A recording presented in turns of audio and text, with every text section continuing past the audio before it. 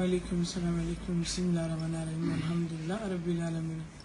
ami ala fuka barkada ami ala fuka barkada na domira ka jona iba fu udun ka barkada mi sol ka rasulka sallallahu alaihi wasallam ala kan demena nema ala kan demena barkai mi fani ba fu kan bokolo fu ala ni kirata ko fe kan furo fu me bo mi Abidjan cheni muso demseni ani mo koroba bela jelefu ne kunali no Abidjan concert kama ala ni kira barka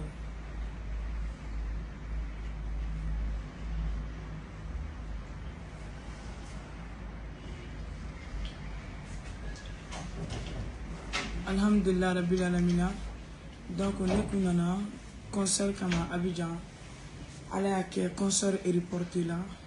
ni ala ye silamɛw ko ko ni ala ye tɔɔrɔba da jɔn ka don min na a b'a limaniyaba nɔgɔya ye ka tila ka mɔgɔ ɲɛnamaw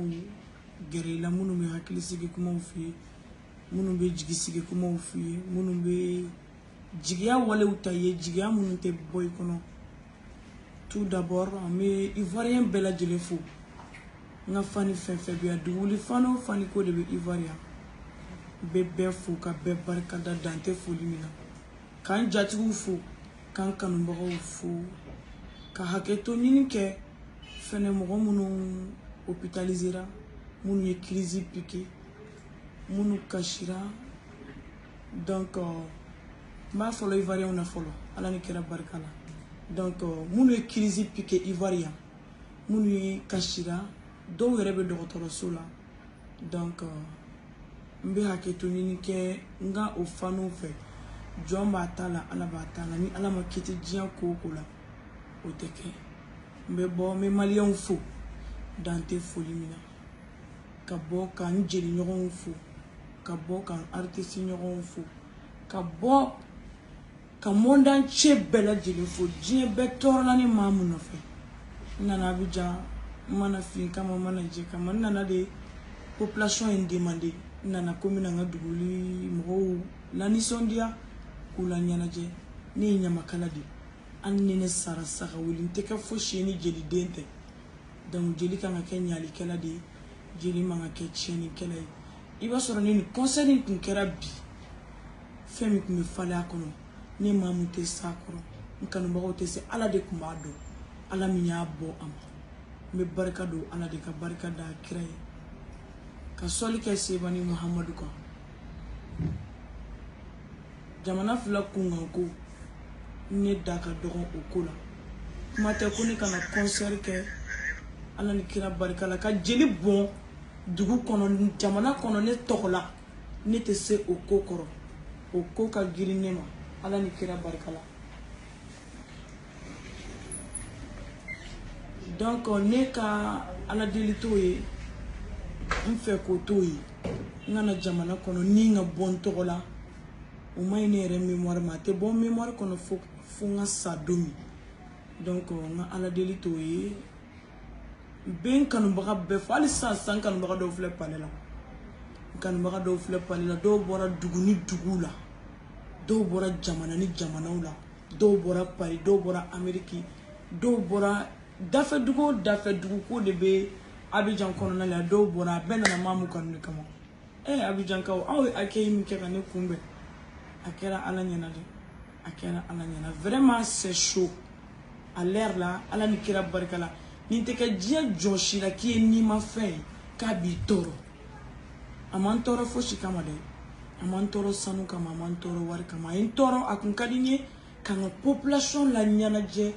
position min na ala ma se k'o latigɛ n bɛ barika don ala de ka barika da ala ni kira ye inshallah ni ala sɔnna ma ni ala ni kira jɛna n'a ye ne ni n ka faniw sɛgɛn bali ɲinɛ balo fani minnu wulila k'u jɔ ne maa mun ye depuis a fɔra ne bɛ na minnu ma da u ma sunɔgɔ u ye diɲɛ ko sugu bɛɛ kɛ i b'a sɔrɔ tige yɛrɛ position tun tɛ dɔw ye u y'u ka wari mara ka tige san k'an bɛ taa maa mun lajɛ palais kɔnɔ i y'a ye donc k'an bɛ taa maa mun soutenir ala ni kira barika la palais de la culture kɔnɔ donc a kun ka di ala ye cogo min na a b'a ko o cogo de la merci beaucoup n ye bɛɛ ka soutien ye farafinna ni farajɛ la n ye bɛɛ lajɛlen ka soutien ye Abidjan Mali c'est la famille donc ne kanubagaw vraiment dantaw la aw bɛ mɔgɔ jɛ kɛ ɲɔgɔn bɔ aw bɛ mɔgɔ kanu kɛ ɲɔgɔn bɔ aw bɛ mɔgɔ ko kɛ ɲɔgɔn bɔ ne donna Abidjan position min na a ma dogo mɔgɔ si la o kɛ ne kanubagaw kɛra ka aéroport fa tɛ Adjamé sugu kɔnɔ n sera ka don yen ala ni kɛra barika la n kan ka taa lɔgɔ tɔw la ka taa meeting kɛ yen nɔ ala m'a latigɛ mais n donna o sugu min kɔnɔ buna hadamadenw an bɛ jama dɔ bɛ ka na kɔfɛ i b'a sɔrɔ denw ni boli bɛ ka na ɲɛfɛ ka ne maa mun kɔnɔ a kun tɛ ne yɛrɛ a tɛ n hakili la ko n fɛlen don cogo min Abidjan ne nana sɔrɔ ne ka fɛ ka jugu Abidjankaw bolo k'a dépasser ka tɛmɛ o bɛɛ kan quand j'étais avec Sidiki Diabaté n b'a fo nin yɔrɔnin na a ko maamu ko an bɛ barika da ala ye ka barika da ala ni kira ala ye nin ko in kɛ ka da kun kan e t'a dɔn ne t'a dɔn ala de b'a dɔn mais jama min b'i bolo Abidjan jama y'i kunbɛn cogo min na n dɔgɔninw bɛɛ wasara donc n bɛ ala de fo kuma kana janya parce que ni kuma janyana donc n bɛ tila tuguni n bɛ Mali ambassade fo Abidjan kɔnɔ ne y'a dɔn ko